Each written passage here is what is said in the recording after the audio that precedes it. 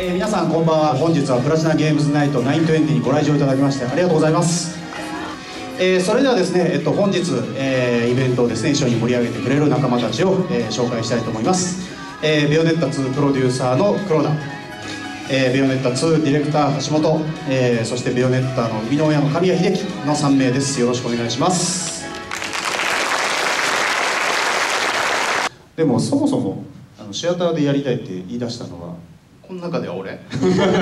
わがまま言い出したのは運営の方とちょっと話をしてどんな感じがいいかなっていうのでシアターとか面白いんじゃないかなってちょっとアイデアを出し合って、こうなりましたね。いやでもさっき見てたんですけどこのスクリーンでベヨネッタ見れるってめちゃくちゃすごい体験だと思うんでなかなかねゲーム画面ねないですよね。早速ですね準備の方を黒田プロデューサーお願いできますでしょうか。ですね、今回は、ベヨネッタのですねライバル的存在である仮面の賢者、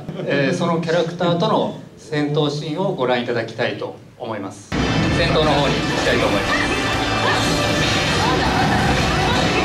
この仮面の賢者なんですけれども、ベヨネッタと同じくですね、聖なるものを召喚しての、攻撃をしていきたいであったりとか、手に持っている薙刀で攻撃していきたいであったりとか、凄まじい、パワーを持った仮面の賢者なんですが、なぜベヨネッタを、襲うのかというのは、本編をご覧いただきたいと思います。これちょっとシチュエーションが目まぐるしく変わるというところで、今回のボス戦のですね一つのコンセプトとして、怒涛のようにクライマックスシーンが、流れるようなところでのバトルを、再現してもらいたいということで、作りました。本当に全部インタラクティブそこにはこだわりましたね。これ後ろを2人の魔獣と、聖なるものが戦ってるんですけれども、これも実は手前ベヨネッタと仮面の賢者がバトルしているところに干渉してくる、インタラクティブであるっていうところは、今回の見どころかなと思っています。ここからですねまたシチュエーションが変化して今度は地上ではなくて、空中へとバトルが移動していきます。今回これもベヨネッタ2でやりたかったところです。縦横無尽に、3D 空間の中を移動しながらのバトルというそういうところを、目指しました。いやでもこれシアターでちょっとちょいちょい後ろ見ましたけどすごい迫力だよこれ。俺もこんなとこでやったことないのに。いやすごい気持ちよかったです。クライマックス体験の後に、クライマックスなトークで、皆さんにお楽しみいただければと思いますが、それではいっちゃいます。禁断のぶっちゃけトークコーナーです。よろしくお願いします。禁断のぶっちゃん。これねよくこのメンバーでこんなコーナー設けましたよね。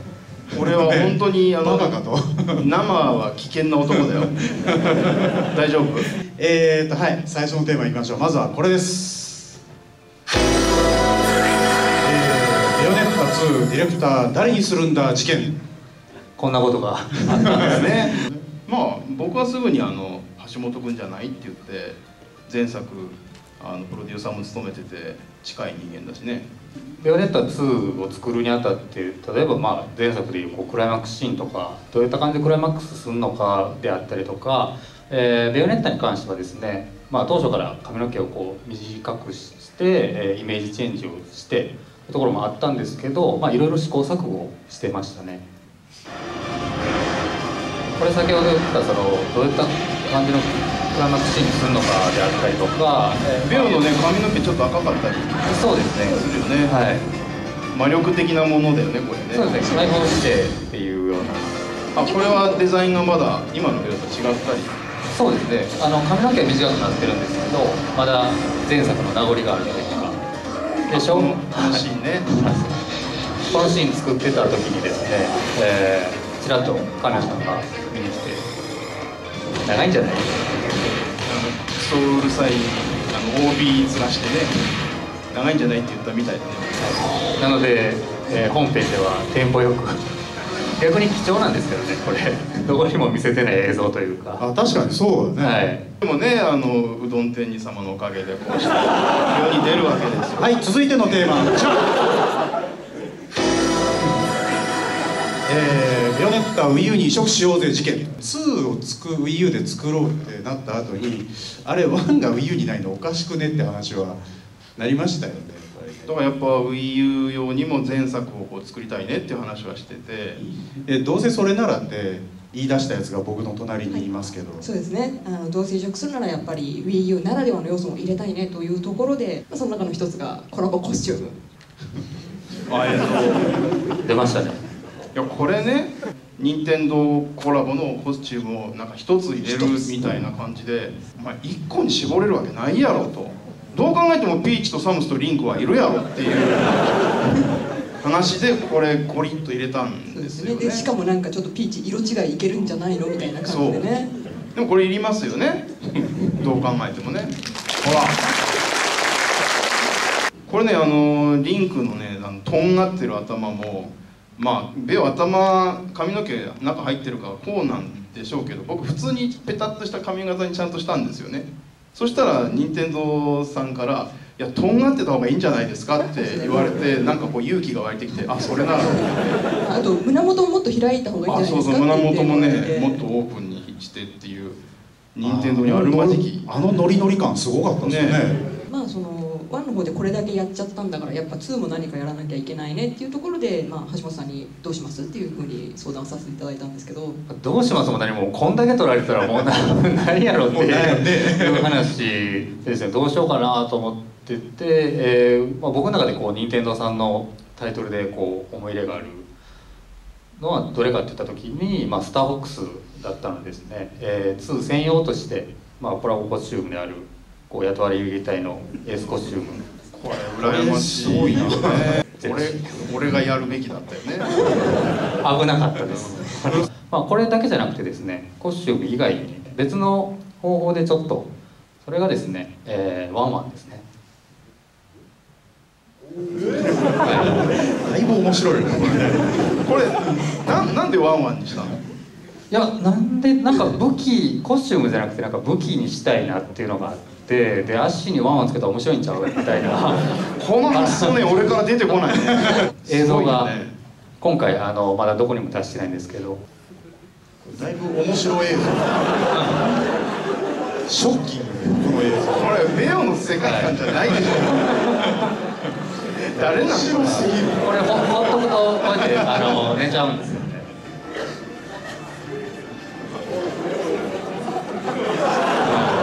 これなんかワンワン言ってる。そうなんですよ。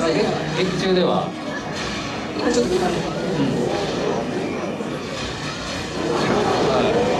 どよめきがこ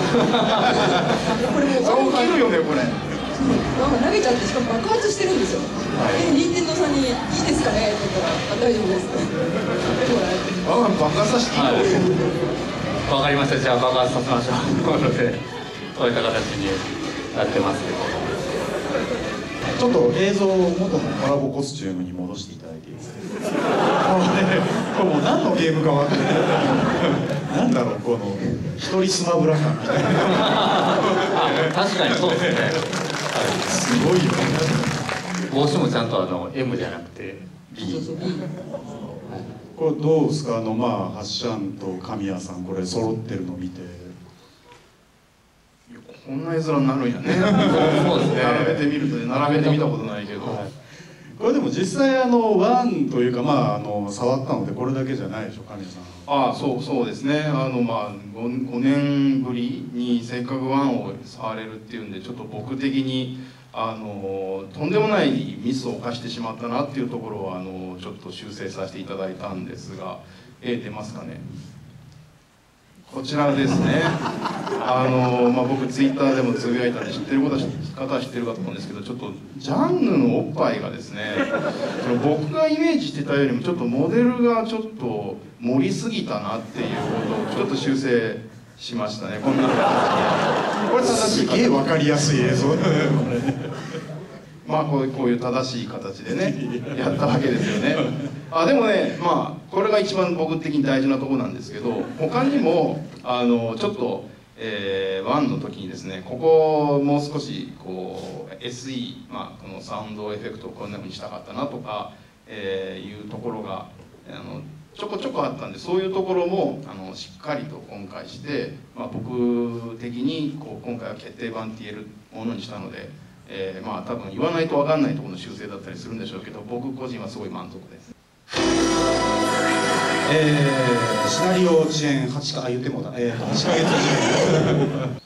そうですね、2作るってなった時に、神谷さんと2人でどんな感じにしていこうかっていう話をしてた。僕がね2で魔導術に憧れた女子高生が図書館で見つけた、魔導術本で魔力を得て魔女っ子女子高生になって出てくるみたいなアイデアを出したら速攻却下したよね。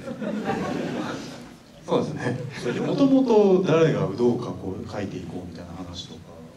もともとは大枠決めてて、でも神谷さんにお願いしたいなっていうところだったんですけどね。僕一人が一から丸ごと作るのってゲームのシナリオってそのゲームの場面場面に合わせた、ゲームのテンポに合わせてこのタイミングでこういうイベントが入ってここで戦闘が入ってみたいな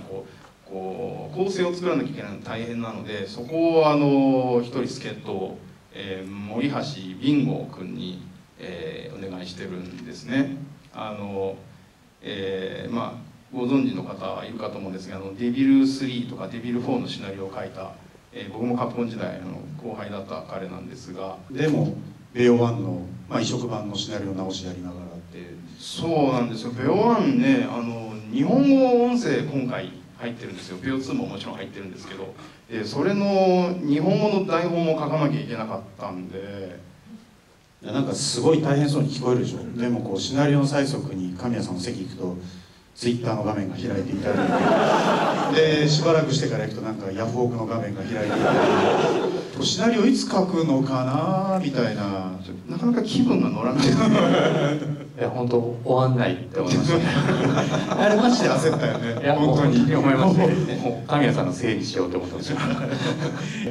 こんなねこういう綱渡りはもう二度とごめんだと思いながらずっと毎回続くんですけどね。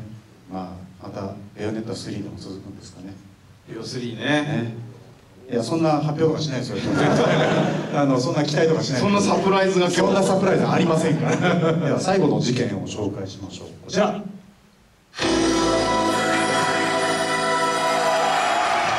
ベヨネッタ2本日発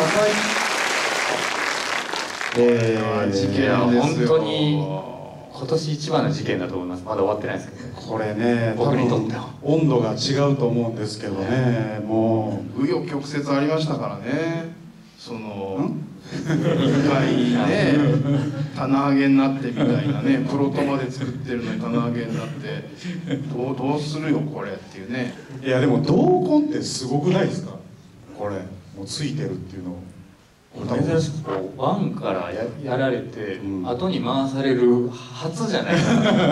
発売日なのに発売日なのに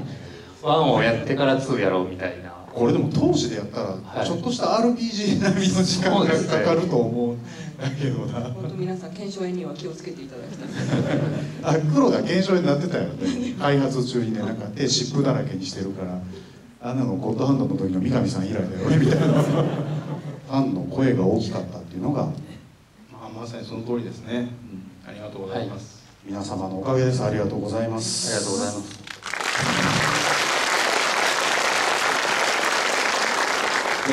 そろそろですね神谷が危険水域に入ってきてるんでこれ以上喋らせるとあまり良くないのでですね、物足りない感じになってる。電車が出てきたところだったすいません、ぶっちゃけトークのコーナーはこの辺りで終了させていただきます。続いてはですね、皆さんからのご質問をお受けする Q&A コーナーに移りたいと思います。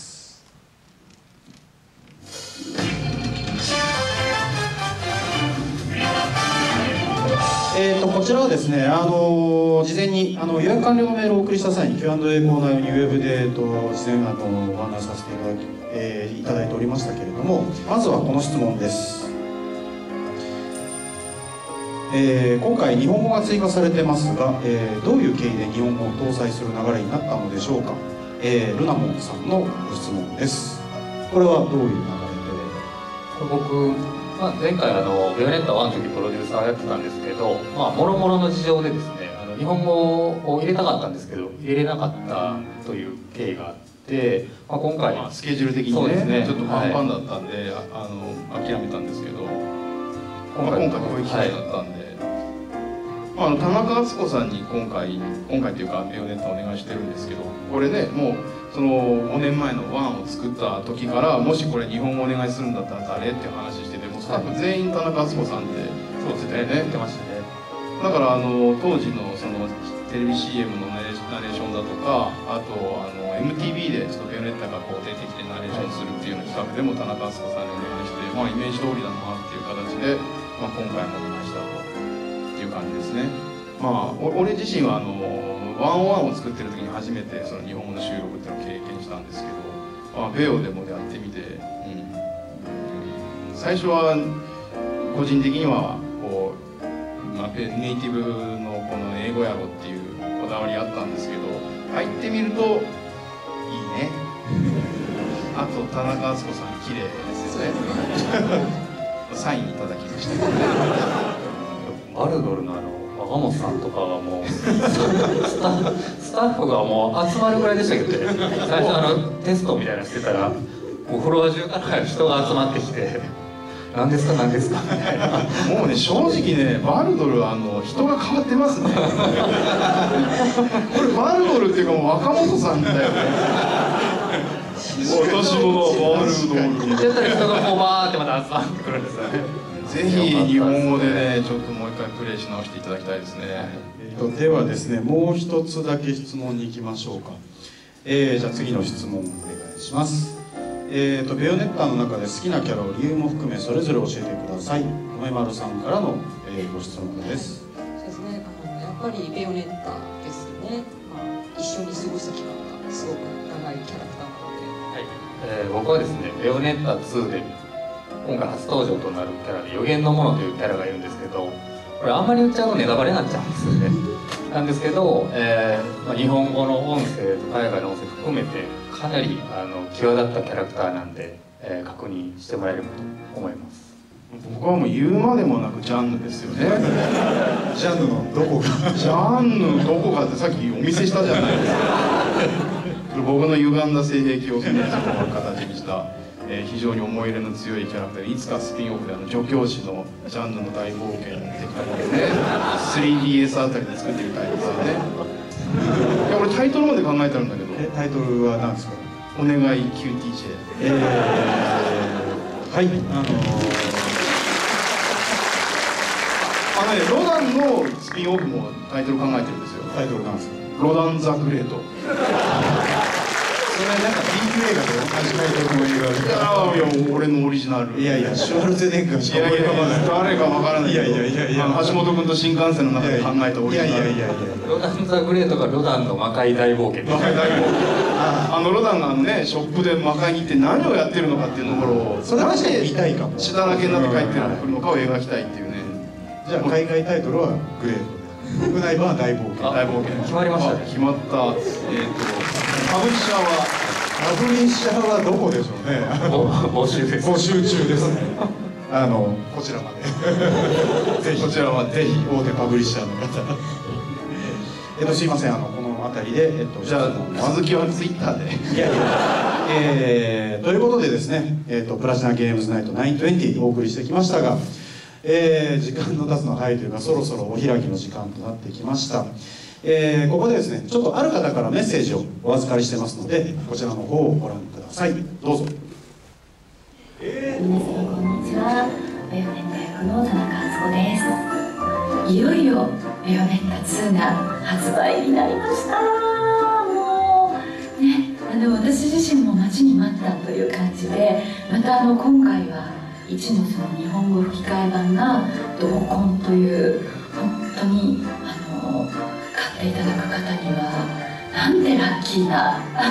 というシステムになっているようなので、本当お楽しみいただきたいのと、あと今麗しい池田秀一様ボイスでですね、私頭の Wii U っていう部分だけはベヨネッタが入れさせていただいているんですけれども、もうその CM でどうこうだっていうのを本当皆さんに知っていただいて、一応プレイしていない方にも機械版でも楽しんでいただいて、でその後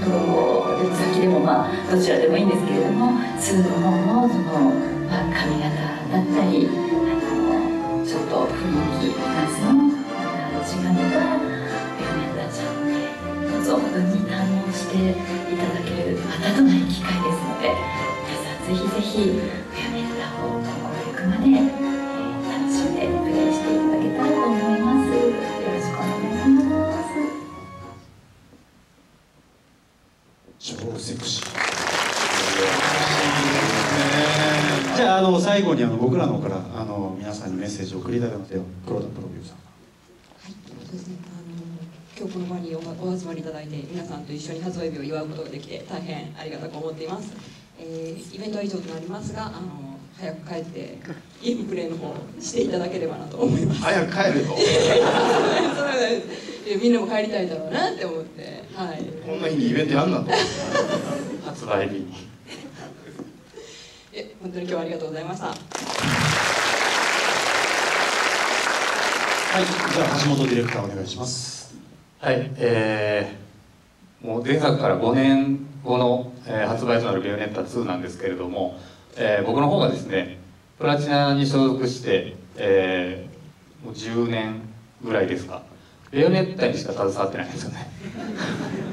で、今回ですね1と2同梱という形で、素晴らしい集大成ともいえる形でですね発売できるということに本当嬉しく思いますので、少しでも多くの人に楽しんでいただけたらと思います。よろしくお願いします。ありがとうございました。では神谷さん。僕もですね先ほどちらっと話しましたけどこういう形で発売できるのがすごく奇跡的なことというか、ここまでよくたどり着いたなというふうに実感していて今日の日を迎えました。それが今日がこういう、TGS とたまたま発売日が重なったということで、こういうイベントも開くことができてよかったなと思ってます。皆さん今日は早く帰って、ベヨネッタにどっぷり使ってください。今日はどうもありがとうございました。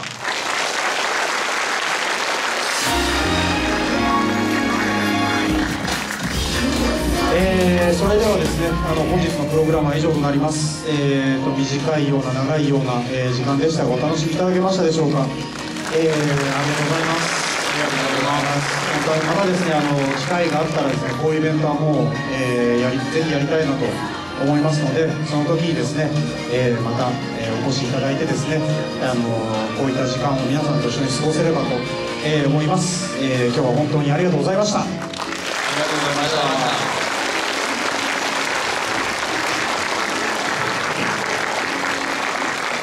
ご来場いただきましてありがとうございました。当会場のお出口にて出演者が皆様を見送りさせていただきます。